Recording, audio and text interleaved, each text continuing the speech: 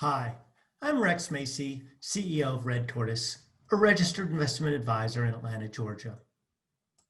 Today, in mid-November of 2020, we will make the case why you would have to be extremely pessimistic to favor bonds to stocks over the next 10 years. Here's an overview of our presentation.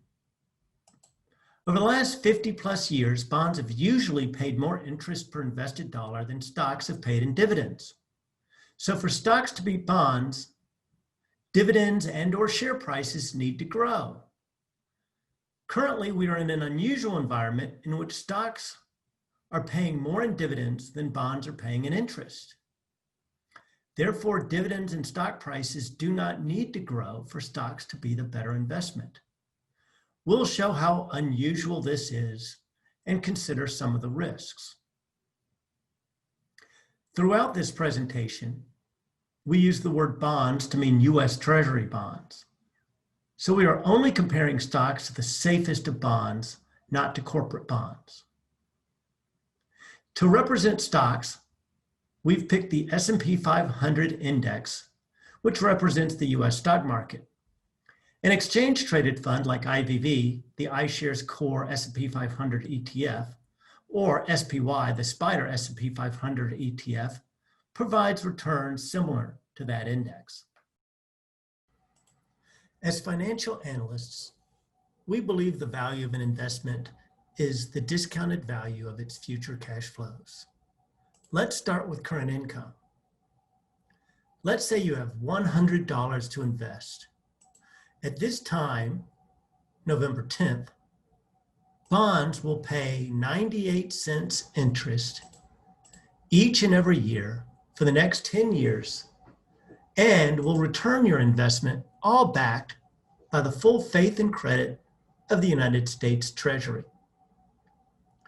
Using the dividends over the last 12 months as a guide, an investor in IVV, one of those S&P 500 funds, could expect to receive about $1.94 in dividends. On the basis of current income alone, stocks appear more attractive. I'll try to avoid industry jargon. I do use the word yield, which is the amount you receive in dividends or interest per $100 of investment. So earning a $1.94 dividend or 98 cents in interest on a $100 investment works out to yields of 1.94% and 0.98% respectively. How will the income change over the next 10 years? The income stream from a U.S. Treasury bond is fixed. It will not grow, it will not shrink. So we can confidently predict the growth rate of the bond income will be zero. Nothing with stocks is certain. Let's take a look at the history of dividend payments. The data in this chart comes from Nobel laureate Robert Shiller, an economist at Yale University. It simply shows the dividends paid on stocks since 1950. Since then, dividends have tended to grow. But there have been periods where dividends have fallen. The arrows indicate examples of those periods. Our argument is that stocks are highly likely to be better than bonds applies to the next 10 years. So what we care about is the growth in dividends over 10-year periods. So let's take a look at that now. This chart shows the 10-year annualized growth rate of dividends since 1950. The smallest growth rate is over 2%, while the median is just under 6%. So if the last 70 years is a guide, dividends should grow. It's time for a caveat. The next 10 years may not be like the last 70. It could be worse. Also, not shown here is what happened in periods like the Depression when dividends fell over 10 years. We'll come back and discuss the chances of something like a depression later. For now, we're just making the point that while the income from a bond will not grow, the historical data leads us to expect dividends to grow. In addition to history, one might expect the economy to grow over 10 years, allowing companies to increase their revenue, their earnings, and their dividends. So, not only are stocks providing more income currently, as we've seen in previous slides, we expect that stream of income to grow. This is our second point in favor of stocks. At 98 cents per year, a bond will pay $9.80 over 10 years. If stocks start out paying $1.94, then the income from stocks would have to fall by 17% annually for it to match the $9.80 over the 10-year period. 10 consecutive dividend cuts of 17% each means dividends would fall 80%.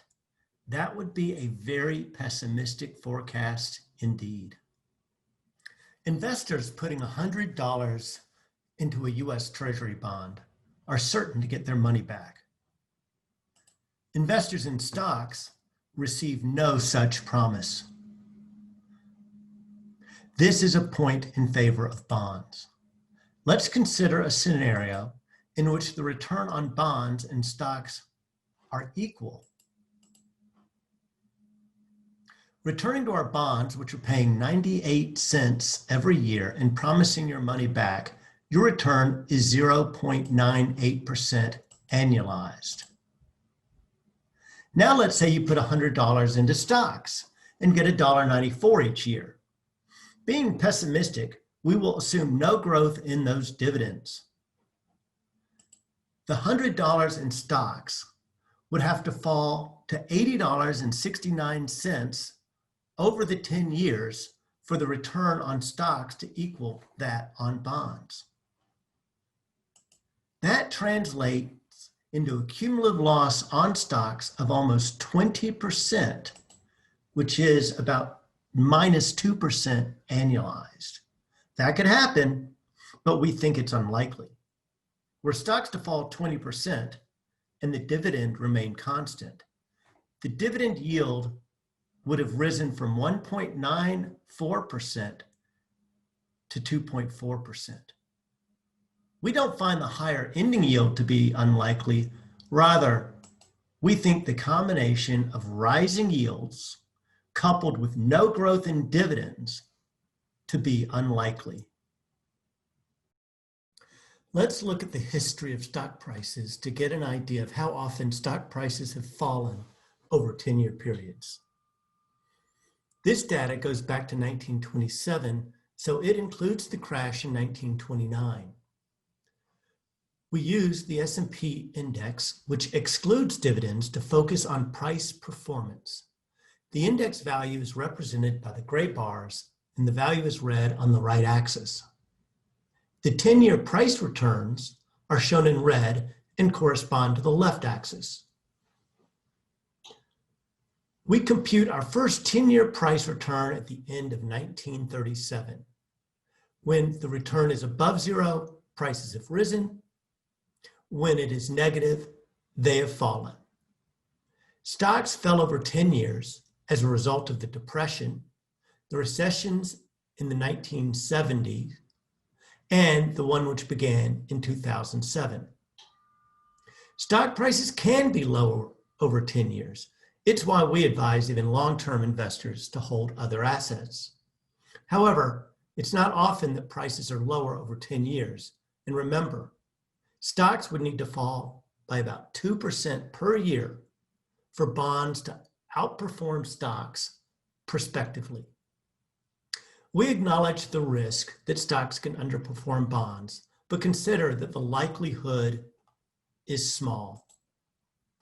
How have stocks fared relative to bonds in the past when they have offered more yield? That's a good question, and we'll start with identifying periods that satisfy that condition. On this chart, blue shows the dividend yield on stocks. The interest rate on 10-year U.S. Treasury bonds is in red. Until the mid-1950s, stock yields exceeded bond yields. From then until late 2008, about 50 years, bond yields exceeded stock yields. Starting in late 2008, stock yields sometimes exceed bond yields. This speaks to how rare the current situation has been over the last 70 years. This green line is the red line on the previous chart minus the blue line. So it's the bond yield minus the stock yield. This line will be used in the next chart to help focus on those periods when stock yields are higher. Positive values represent periods in which the bond yields are larger, and negative values are periods when stock yields more. We want to focus on periods when the line is below zero. Here we have the same green line showing the difference in yields. When the green line is below zero, we show columns that represent how stocks did relative to bonds over the subsequent 10 years. Each column represents the next 10-year performance of stocks less the initial yield on bonds. All of these columns are positive, indicating investors were better off in stocks than bonds over the 10 years after stock yields exceeded bond yields. We are not going so far as to say stocks will do this much better than bonds in the future. In the current environment, we think stocks do better than bonds because our expectation for bonds are so low, under 1%. In an earlier chart, we pointed out that you'd have to be pretty pessimistic about the next 10 years for stocks to pay the same $9.80 in dividends that bonds will pay in interest. We want to introduce the idea that you have to be pessimistic not only about the next 10 years, but for a period beyond that, maybe 20 years in total. Imagine 10 years from now, it's 2030. What will future investors, including yourself 10 years from now, pay for stocks? That will depend on their optimism or pessimism about the future beyond 10 years. In 2030, prices for stocks will be higher or lower than today. If conditions appear better, stock prices would be higher. If conditions appear worse, they would be lower. No one can know today the attitude of investors 10 years from now. You need to consider a period much longer than 10 years to predict stock prices 10 years from now. To think they will be lower requires a pessimism extending far beyond 10 years. Remember, any price level above today's, even just a penny, adds to the return of stocks relative to bonds. We've made our case that stocks should outperform bonds over the coming 10 years. It's wise to consider environments in which bonds do better. A deep recession or a depression would do the trick. Companies might cut their dividends and stock prices could fall. This is a risk. In the 1930s through the early 1970s, we were on a gold standard. Today, we are not, and the Federal Reserve, our central bank, shows a commitment and a willingness to stimulate the economy when faced with contractionary pressures. The Fed's balance sheet has ballooned from under $1 trillion to over $7 trillion in little more than a decade. In fact, quite a few folk seem to think inflation is a greater risk than deflation. What else might favor bonds? A legislative policy change, perhaps taxing corporate profits, dividends, or capital gains, might make stock investments less attractive. There are other events limited only by one's imagination. The main point is that stocks are not assured of beating bonds. We think it's more likely than usual. Past performance is no guarantee of future performance. The future may be different from the past. We believe that our data sources are correct, but we make no warranty of their accuracy. Information contained herein is provided for discussion and informational purposes only and is not intended and should not be relied upon as legal, tax, or investment advice. This material should not be reproduced without written permission from Red Tortoise LLC. This represents our opinion at the end of November 2020 and is subject to change without notice. We are under no obligation to update this material. This slide shows our sources. Thank you very much.